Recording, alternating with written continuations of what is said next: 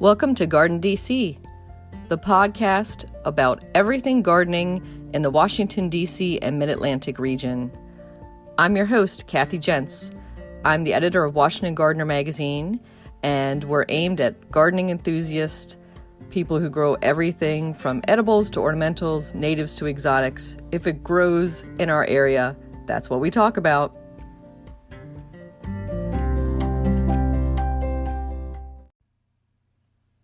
This is episode 92 of the GardenDC podcast. I'm your host, Kathy Jentz. We're joined by Carol J. Michel, garden blogger, author, speaker, and podcaster, and we're taking a lighthearted look at some universal gardening truths. Also in this episode, the plant profile is on Paperbush, otherwise known as Edgeworthia, and I'll share what's in my winter garden plot, as well as some upcoming events. This episode, we're joined by Carol J. Michel. She is an award-winning author of several self-published books on gardening, humor, and one children's book, and she's also a garden podcaster. Welcome, Carol. Thanks, Kathy, for having me. It's exciting. Yay! Well, I'm glad you're excited to join us. I'm excited to have you. It's always great to have a fellow garden communicator on the podcast so we can talk shop. Yes, let's talk shop.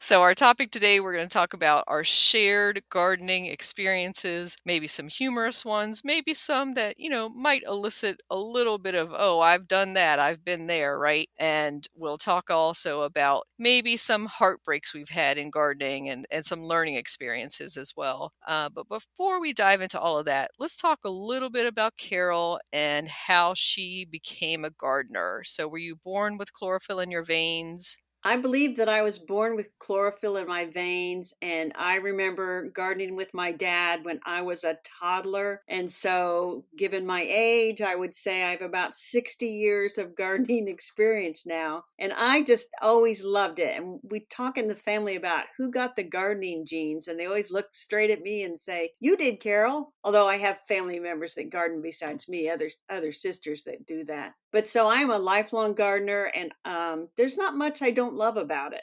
And so you started gardening at your father's knee, but did you make it a profession? Did you go to college for gardening?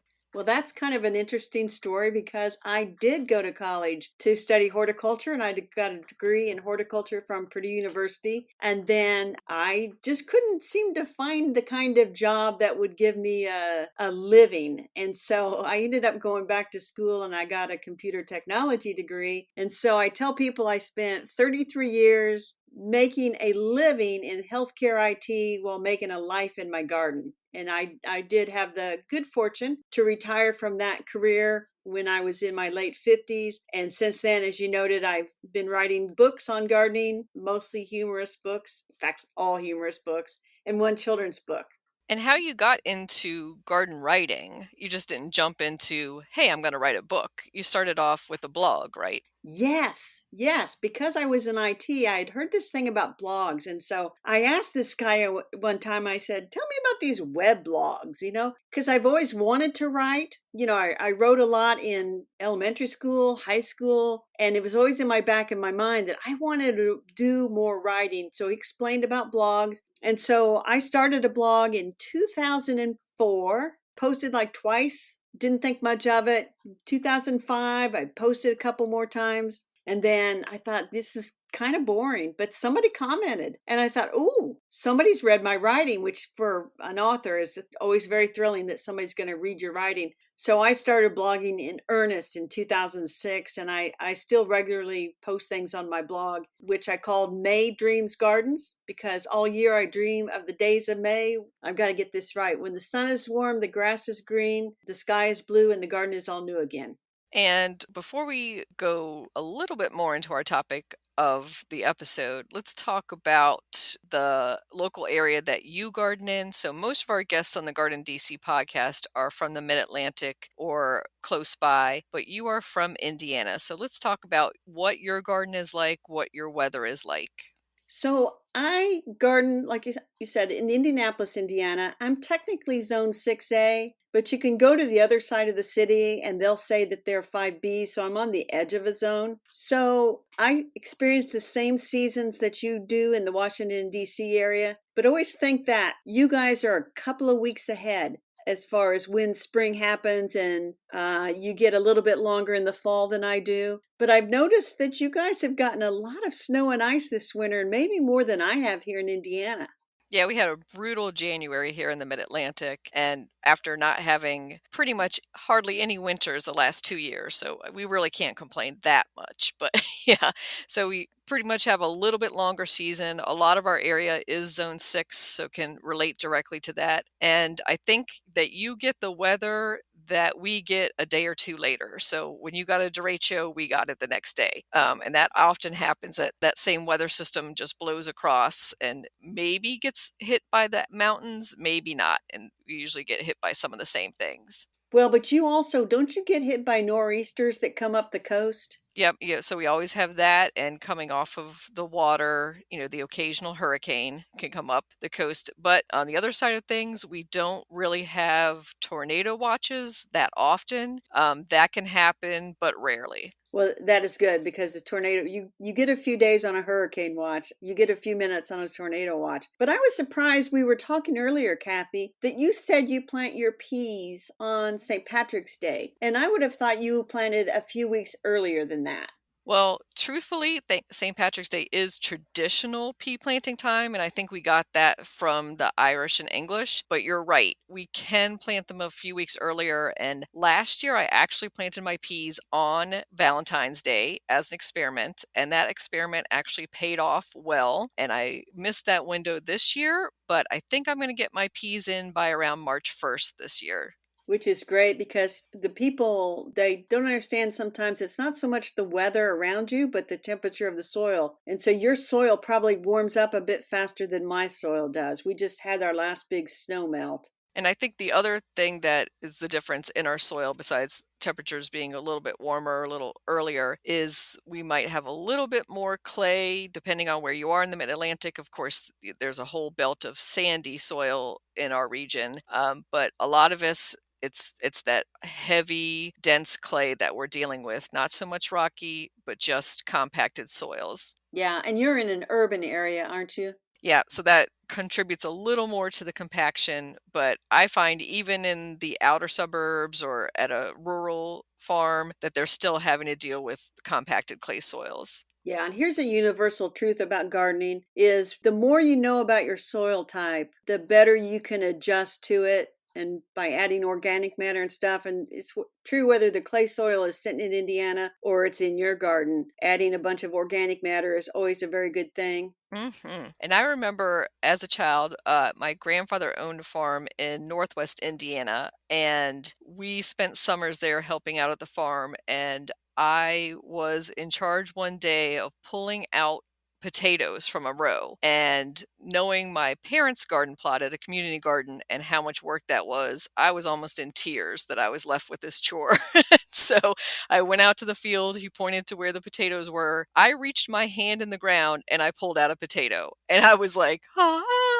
I was like, now I know why he has a farm here in Northwest Indiana, separated way out in the country from what I thought the rest of the world was. And I said, it's the soil. And it's just was incredible black loam. So I was so envious, even at that small age, that the soil could be worked to that degree. And I bet you, though, he worked the soil too. He took care of that soil and made sure that organic matter was every year added every year, and you keep heavy equipment off of it. And even in an urban garden or in a community garden, if you're able to garden on the same plot, and I think people get to keep the same plot year in and year out, Hmm. if you add organic matter every year, you can build up your soil so that you can have that glorious moment when that potato or their carrot just pops out of the soil. Oh, yeah. And that's definitely something that after several years of contributing to your soil, that's your little moment of victory right there is, wow, I don't have to keep adding. It's almost to that point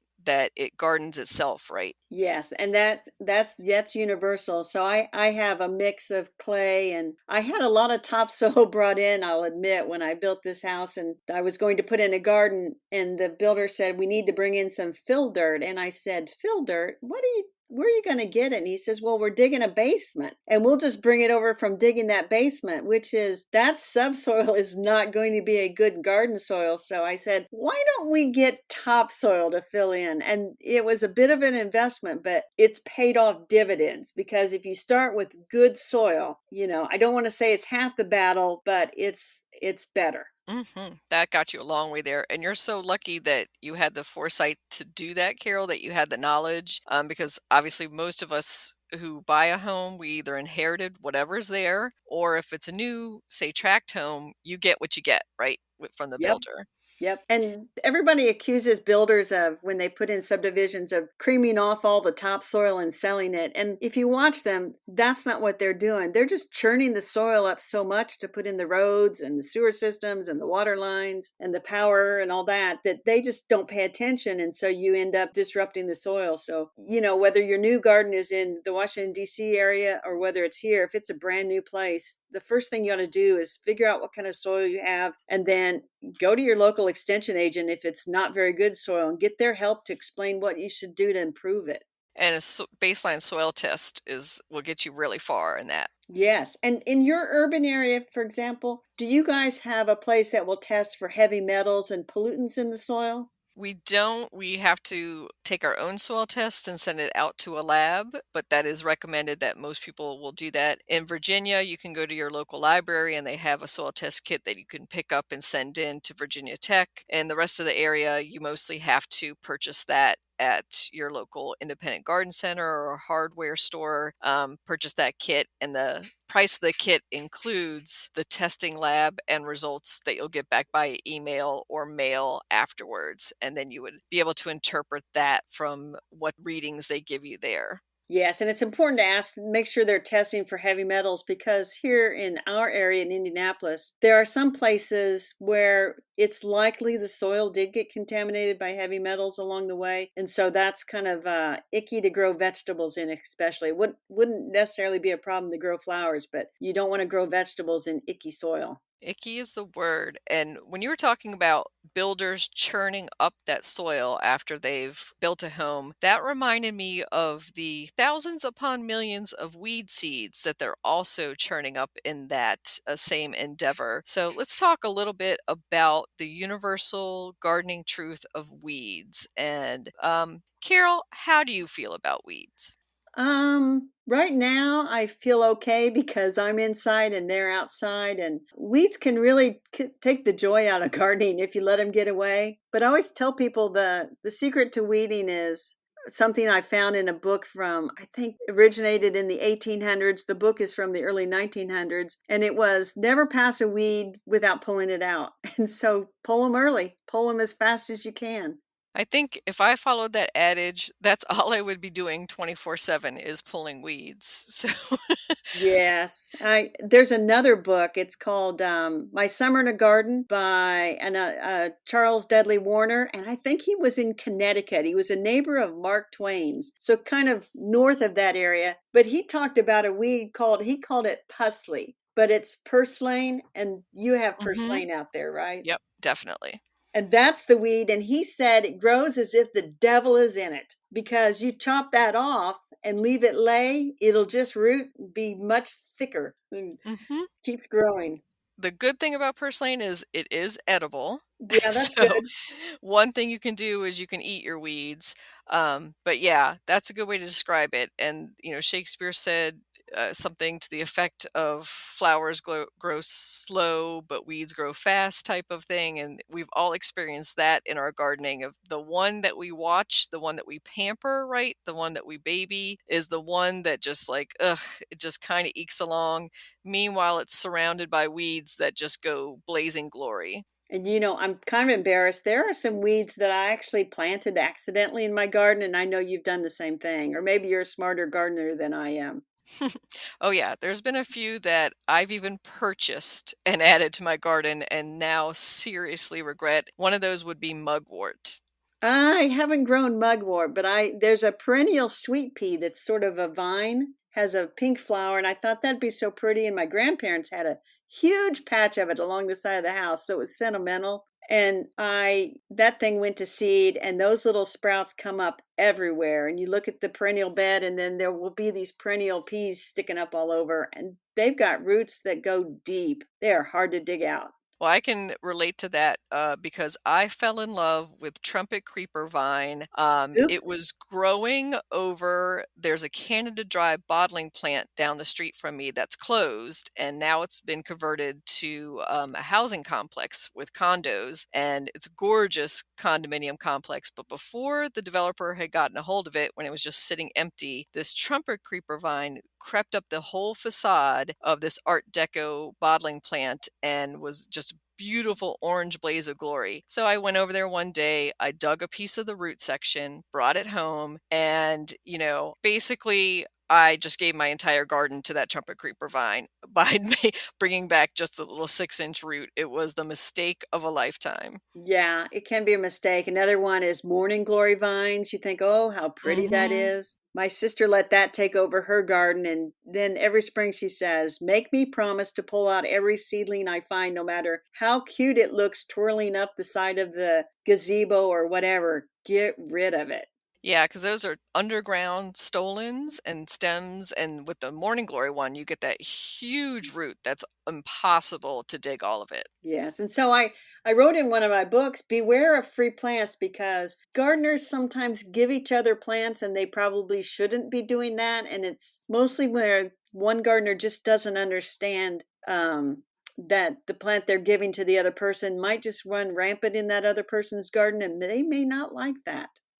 I always say I love plant swaps, but always question why somebody has a large amount of something to bring to a plant swap. So if somebody brings several bags full of something, like obedient plant, say, or a native that is not a very well behaved plant, there's a reason that they're sharing that there. Yes, there is. Like, and spiderwort's another one that I know you have that in, around in your garden too. That self sows everywhere, and it's hard to get out once it's kind of decided that it likes your garden.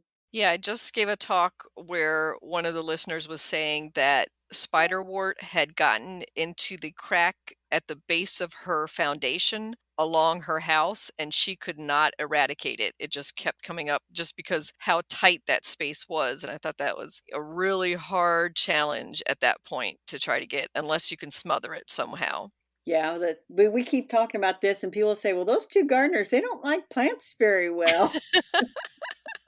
Yeah, dealing with weeds is a reality of life for the gardener. But how about let's talk about some of the things that we love about gardening, some of the universal truths. And I wanted to talk about fragrance and scent in the garden, and not just flower scent. We when we say scent in the garden, we think about, lilies and or something else highly scented. But how about the scent of the soil itself?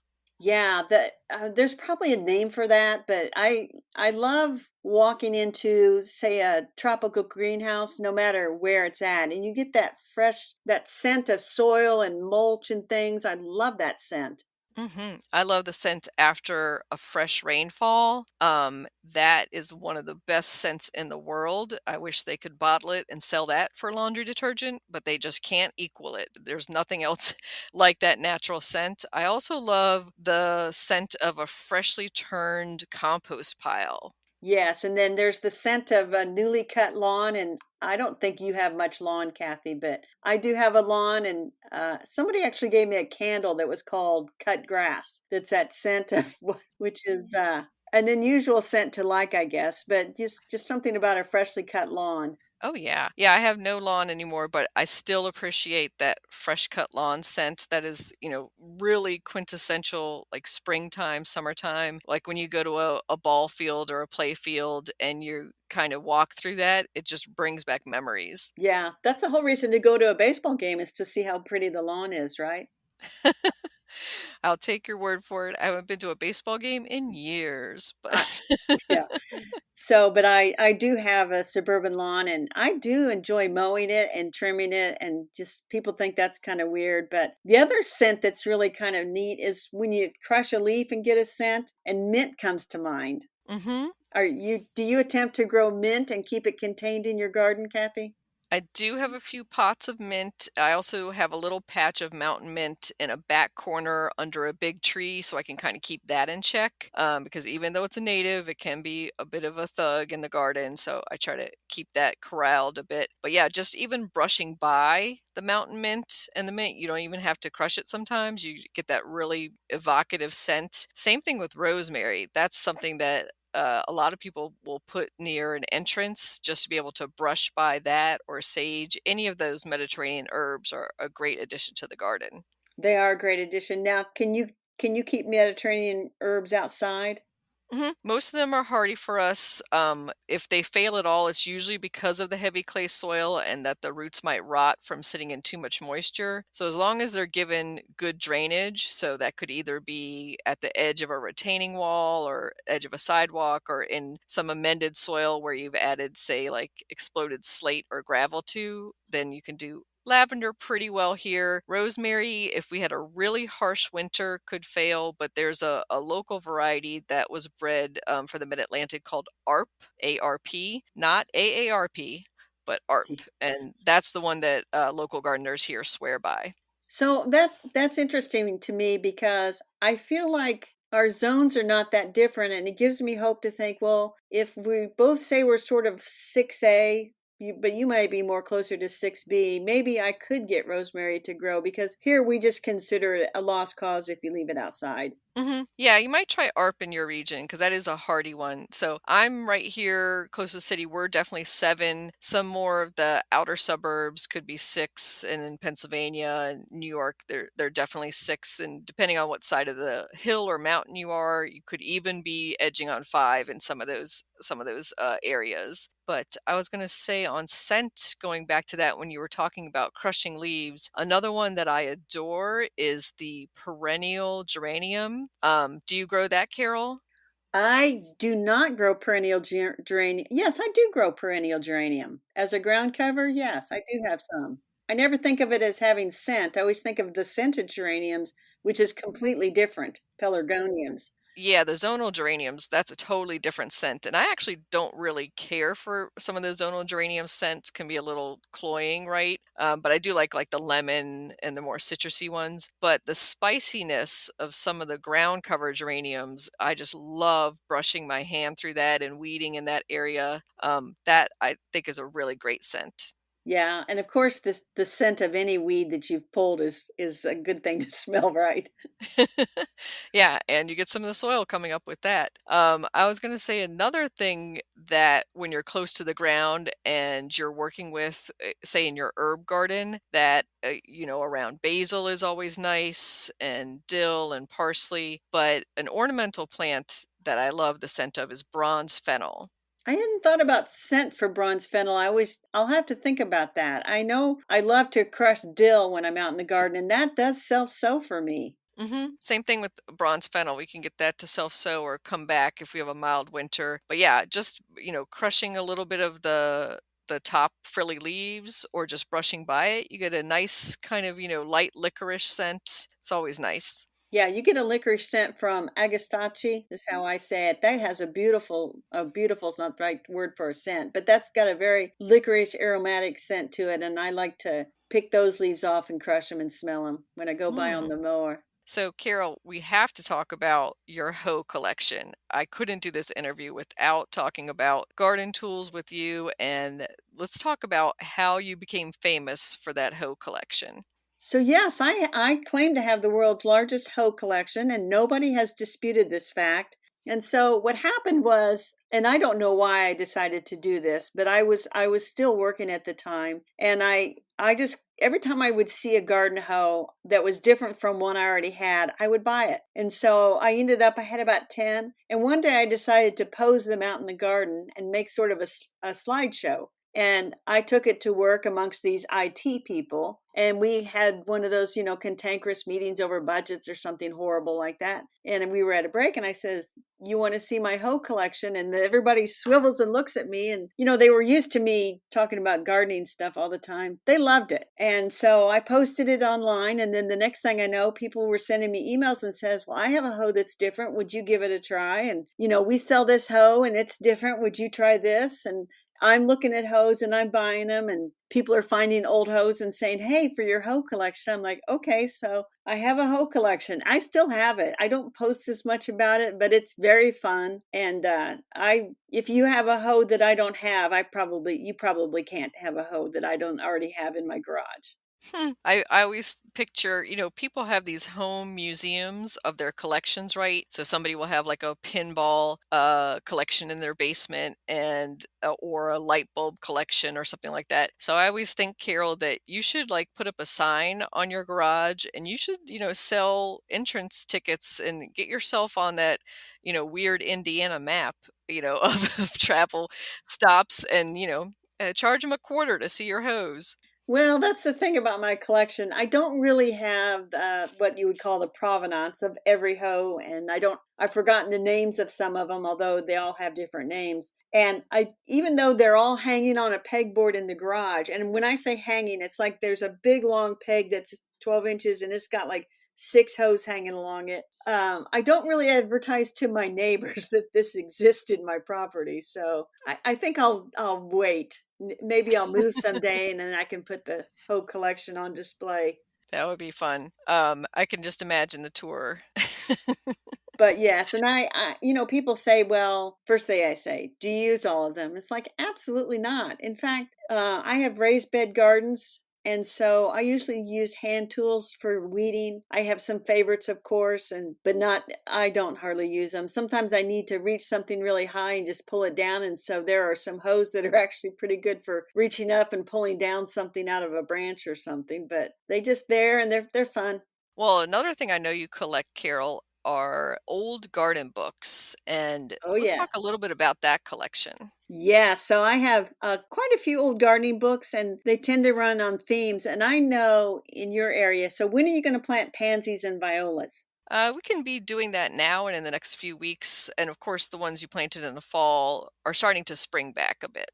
Yeah, so here we're still a few weeks away, and that is my newest obsession. And you know how that is a universal truth. You kind of get focused in on one thing, and then it's what it's all about. So my latest antique book or vintage book collection is all about different violas and pansies, and it's amazing. There's not that many books written on the subject, but I found some books from the early 1900s. Some of them I have, some of them have been dispatched from England to add to my collection. But they're fun, and I love to read the old books and figure out how gardening was. When I go back and look at some of the antique gardening books in my collection, I'm always struck by how little things have changed. Like, there's been a ton of research in agriculture, in the last 100 years, but a lot of it has confirmed what we already knew and what was common sense back then. But I'm always struck by the same garden calendar, the same tasks, the same timing. Are you struck by that same thing, Carol? I am struck by that. I'm struck by the same love of gardening. So it just goes from generation to generation. And for somebody to sit down and write a gardening book, and I can't imagine how they did it in the early 1900s. They wrote it out longhand and shipped it off, and somebody typed it.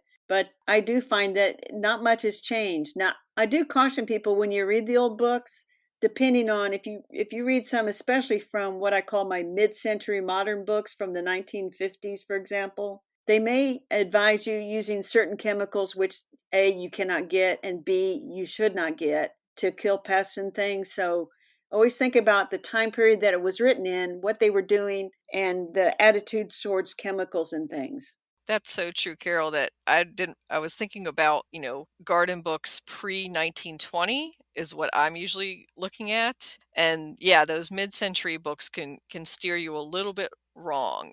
We'll just say from the 40s and 60s, but they are so fun to look at. I have one that the Ford Corporation had published and was giving out to new homeowners along with their new car. And I guess they were brand new to the suburbs, brand new to gardening. So it was a real primer, and the artwork in it, the photos, the advice is just a joy to read. Yeah, that is fun. And that reminds me, when I go places to speak about gardening, I went up to Detroit, Michigan area several years ago, and they were selling little clumps of snowdrops in bloom. And this was in March. And they were from the Ford estate in Michigan, and they had planted those in the mid 1900s, and they had naturalized so much that they decided to dig them all out because they're not native, and sold them. And I bought several, so I have snowdrops from the Ford estate growing in my garden.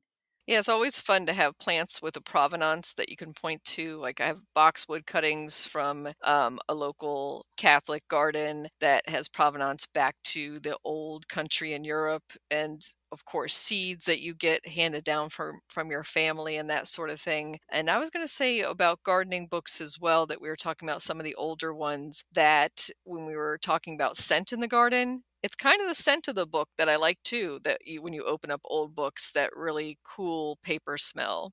That is a good smell, unless the book is musty or was in the home of a lifelong smoker. And then it's Oh, like, this yeah. book needs to air out before we can really read it. Yeah, that's true, and some can get a little bit of the foxing or the mold on them as well. And in that case, maybe put it in a sealed bag with some baking soda Yeah. for a month or so, shake it up, and you should be able to restore it. Yeah, and until recently, and still, most of the books are not that expensive, but every once in a while you'll just covet one that you just have to have, and you got to put out a little bit of money for it. And so do you buy the original book, or do you buy reprints? Because there are reprints for some of these books. I'm a little spoiled in that aspect, Carol, because my brother runs a antique print and book seller, and so he does that online and at local antique markets. So I get to peruse a lot of his offerings and see what he has. And I've tried not to acquire so much anymore. I'll just say that I just try to read and put it back on the shelf, and let somebody else buy those great old copies. But you never know what rabbit hole you're going to go down, Hmm. because I read a book, Gardening on Main Street by, I'll have to think what her name was.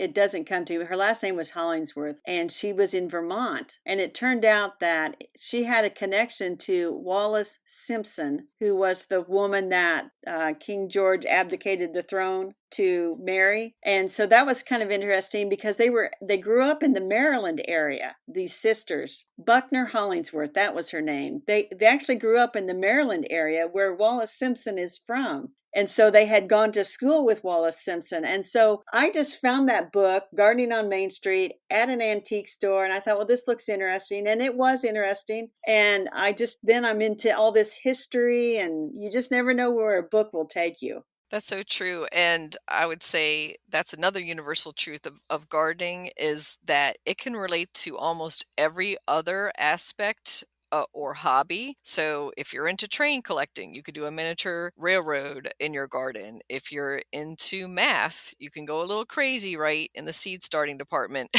and uh, using all your math statistics and plotting out your garden on graph paper and that sort of thing. So it has a lot of overlap into different aspects of our lives. But when you mention history, I would say that is a great overlap, because so many plants are named after or bred by prominent people in our history.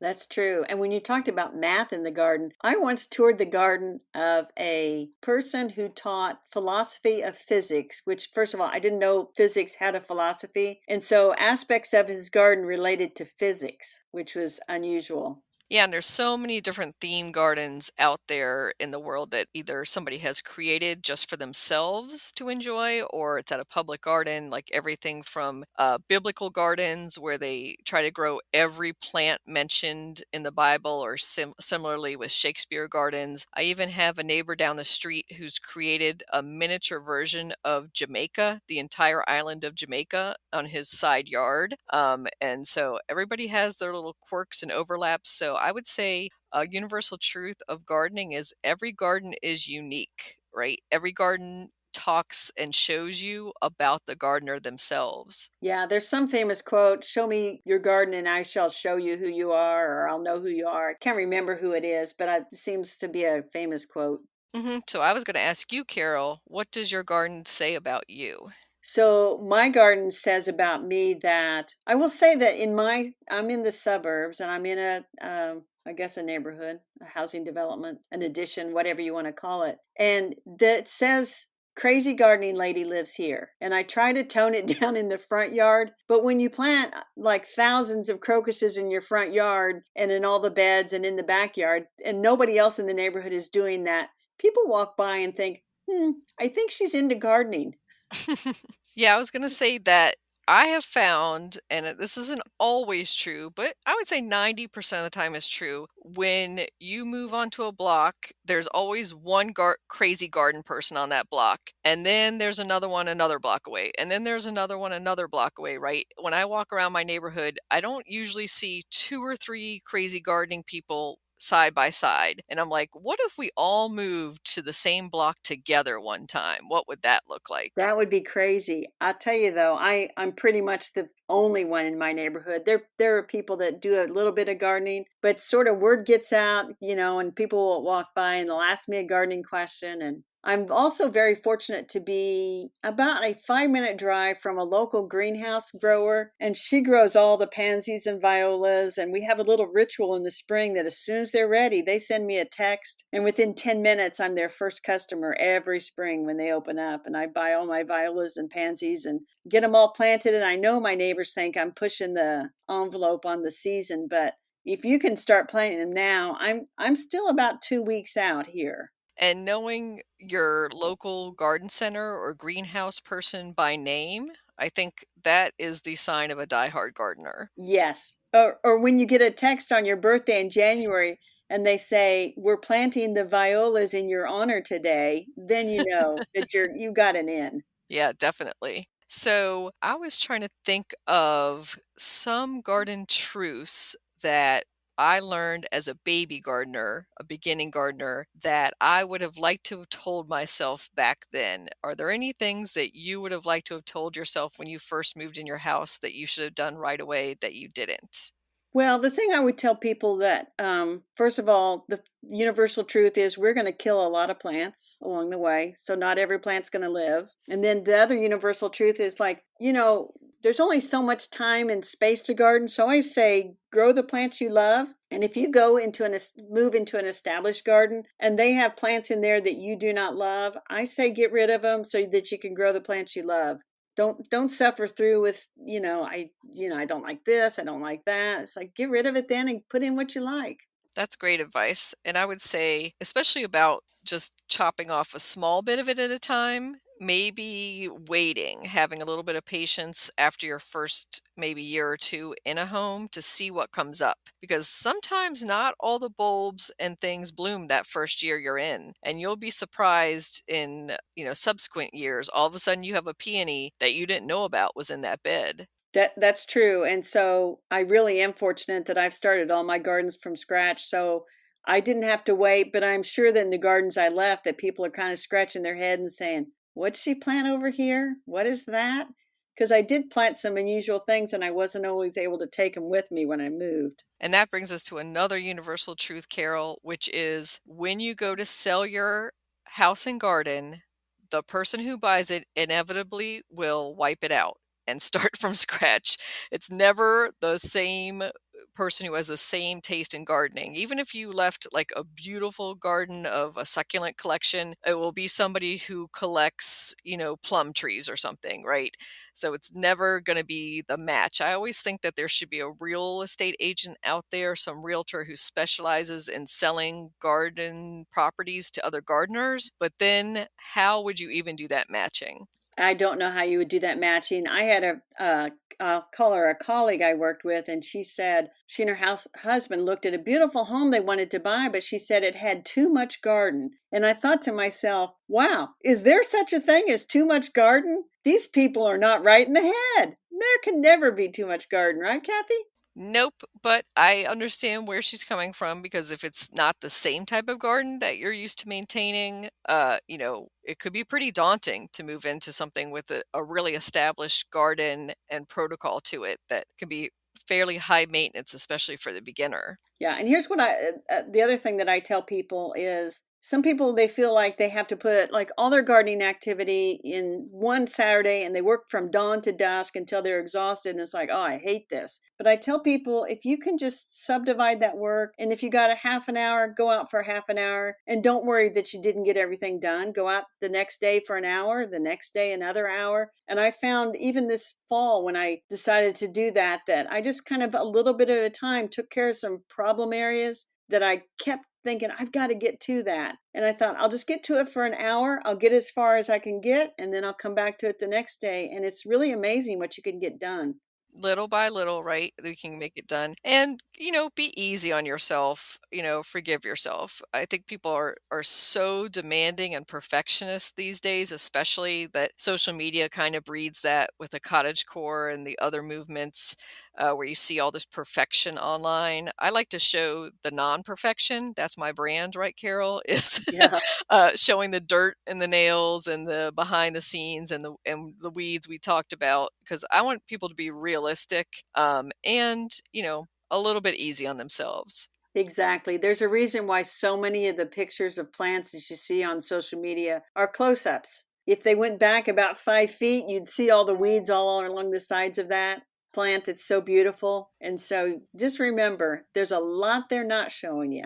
Oh yeah, Carol, I feel seen.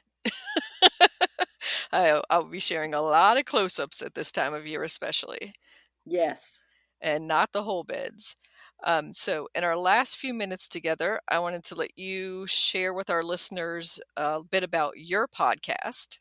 Okay, so I have a podcast and I do this with Dee Nash. She's in Guthrie, Oklahoma, outside of Oklahoma City. I'm in Indianapolis. We call ourselves Gardenangelist, and that's the name of our podcast. We are evangelists for gardening. We love gardening and we want others to love it too. So every week we chit chat about gardening. We have a flower topic, a veggie topic, we do some dirt, some unusual things we dug up. We always talk about books. And then we talk about rabbit holes we go down because you know how you just go down a rabbit hole and you spend your whole week on some topic you never knew existed. Then we wrap up with what we're going to do in our gardens. We talk about the differences, but because she is probably closer to you all in the timing of everything. So we always explain that. Gardening's universal, but we're local. So that's the podcast. And then let's talk about your 5 books, which are all part of a series, plus your children's book as well. So yes, I written 5 humor books, and I think I can say them in order: Potted and Pruned, Homegrown and Handpicked, Seeded and Sodded, Creatures and Critters, and the new one is Digging and Delighted. And especially with Digging and Delighted, I really tried to think about the universal themes of gardening. So whether you were in the Washington, D.C. area, or whether you were in Indiana or Phoenix or California, there was truths in the book that any gardener could benefit from. And then along the way, I put out a little children's book called The Christmas Cottontail, which is all about a little bunny that Santa Claus finds and then trains the bunny. And I won't give away all the secrets, but it's just a little story about Christmas Eve and a little bunny. And we'll put links to all those books in the show notes for this episode so people can check those out as well as to your podcast. And I was going to say another universal truth that I wanted to share with the end of this is when you go plant shopping, Carol, do you always have a place in mind? Do you go with a list or do you wander around and look for something you love and then find a place for it? It just depends on my mood. I will go and just look to see what they have. And it's like, oh, I never knew I needed that. Now I see it and I want it. Or I see it in somebody's cart. That's the universal truth. When you see a plant in somebody else's cart at the garden center, you immediately think it's a better plant than you ever thought, and you want it for your own garden. So you hope that it wasn't the last one. That is so true, Carol. I have been the one to wheel carts full of plants around a garden center and been stopped, every 5 feet of where'd you get that? Yes, and I told the local garden center, I says, you just need me to come down and run a wagon up and down the aisles and with the plants that you want to get sold the most. And I says, I'll talk people into buying them. That is the truth. I think we should make a new profession of a garden shopper. Yeah, we'll be mystery shoppers that make everything look attractive just by putting it on a cart. All right. So, any final advice for newbie gardeners or veteran gardeners and how they can find more humor in their gardening? Well, they can find humor on my blog, which is you can go to maydreamsgardens.com and it'll redirect you to my website, which is caroljmichael.com/blog. So they can get there. I try to write about humor in the garden.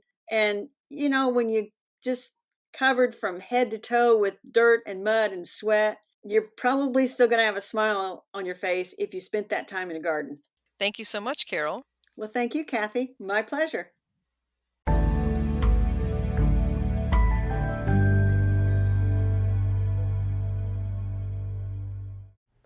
Paperbush plant profile. Paperbush, Edgeworthia chrysantha, has flowers that are fragrant and showy in the late winter landscape. The blooms resemble upside-down parasols and are long-lasting, often hanging in for 6 to 8 weeks in the garden. The paperbush's flaky reddish-brown bark was used to make paper and is quite attractive.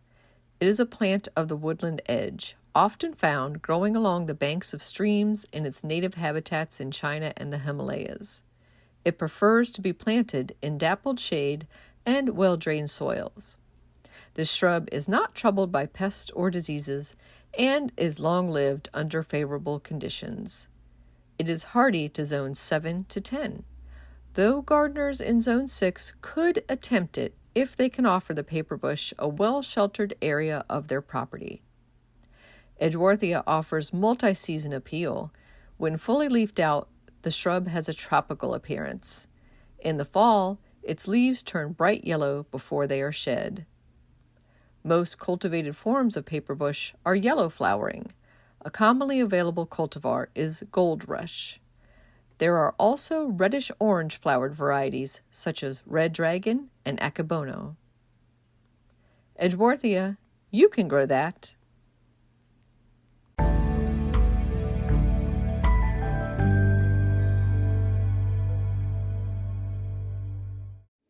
Celebrate spring with 4 exciting gardening books and their authors.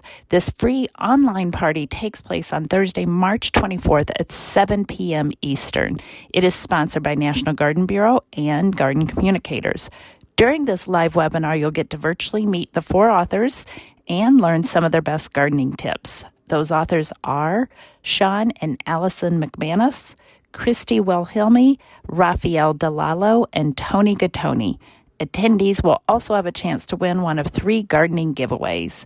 Register for this free webinar at ngb.org. Select the Education tab and scroll down to Webinars. See you there.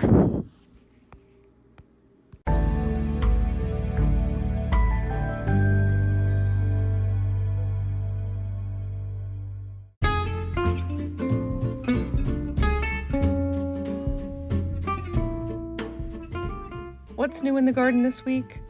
Well, I bundled up and ventured over to my community garden plot across the street. A lot of things are still hibernating, but I was happy to see garlic had emerged and put up its little green growth. I still had some arugula and spinach under cover cloths, and below the cover crop of mustard greens, I had seeded in turnips last fall, and they're pretty big. They're about the size of softballs. Several of them are decaying, and I'm going to leave them in the ground that way for a little bit longer to add some nutrients back to the soil. But I was also able to dig a few and bring them into the kitchen, and I'll be cutting them up and seeing if they are still edible and useful in that way. If not, I'll just compost them. So back home, I have several of the spring, ephemeral, late winter, early bulbs starting to bloom, including winter aconite, crocus, snowdrops, and the earliest of my daffodils, February gold and tete-a-tete, look like they're going to burst open any second. I also have 3 pots of tulips that I've forced indoors, and they are about 2 or 3 days away from full bloom, so I'll be sharing pictures of those on my Instagram account at WDC Gardener, so look out for those. I also wanted to take a second to thank one of our latest listener supporters, Lynn Turner. Thank you so much for your support of this podcast. Because of listeners like you, it keeps on going, and we love for you to share the word about this podcast to your fellow gardeners. So let others know who are interested in gardening that this podcast is free and available to anybody who would like to listen to it. In the local gardening world, I have several talks coming up. The first one is on Friday, February 25th on Roses 101, and this one is hosted by Homestead Gardens, and it is virtual, so anybody can sign up for that at homesteadgardens.com.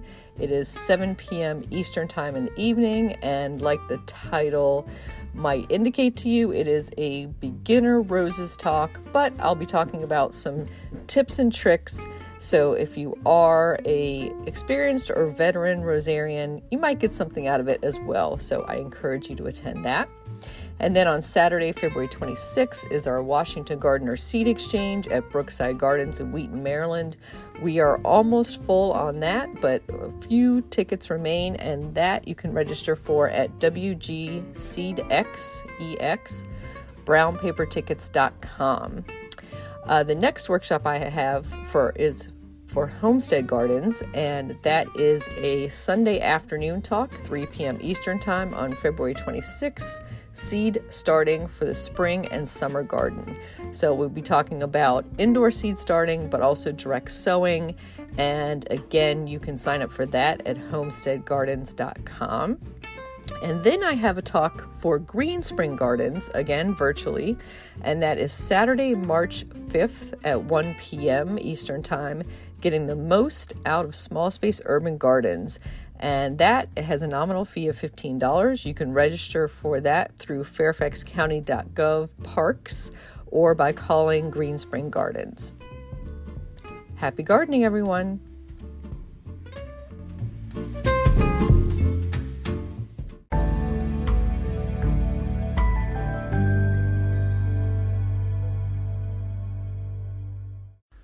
In the new book, The Urban Garden by Kathy Jentz and Terry Spite, you'll find dozens of inspiring and creative ways to grow flowers, shrubs, vegetables, herbs, and other plants in small spaces and with a limited budget. Whether you want to grow on a balcony, rooftop, front stoop, or a tiny urban patio, turn your growing dreams into reality and build a gorgeous and unique garden that showcases your personal style while still being functional and productive. With the ingenious ideas and resourceful tactics found here, you'll be maximizing yields and beauty from every square inch of your space, while also making a lush outdoor living area you'll crave spending time in. The Urban Garden, 101 Ways to Grow Food and Beauty in the City, comes out this spring. You can pre-order it now at Amazon.com and bookshop.org.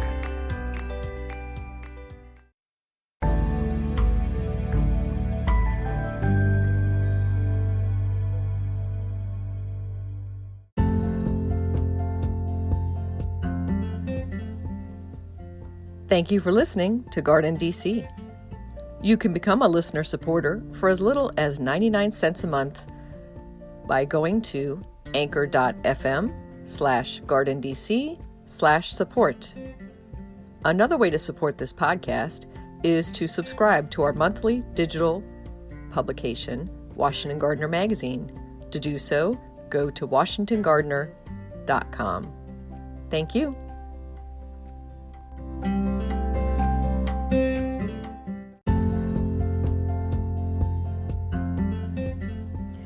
You can find Washington Gardener online at washingtongardener.com, on Twitter at WDC Gardener, on Instagram at WDC Gardener, and on Facebook.com at Washington Gardener Magazine.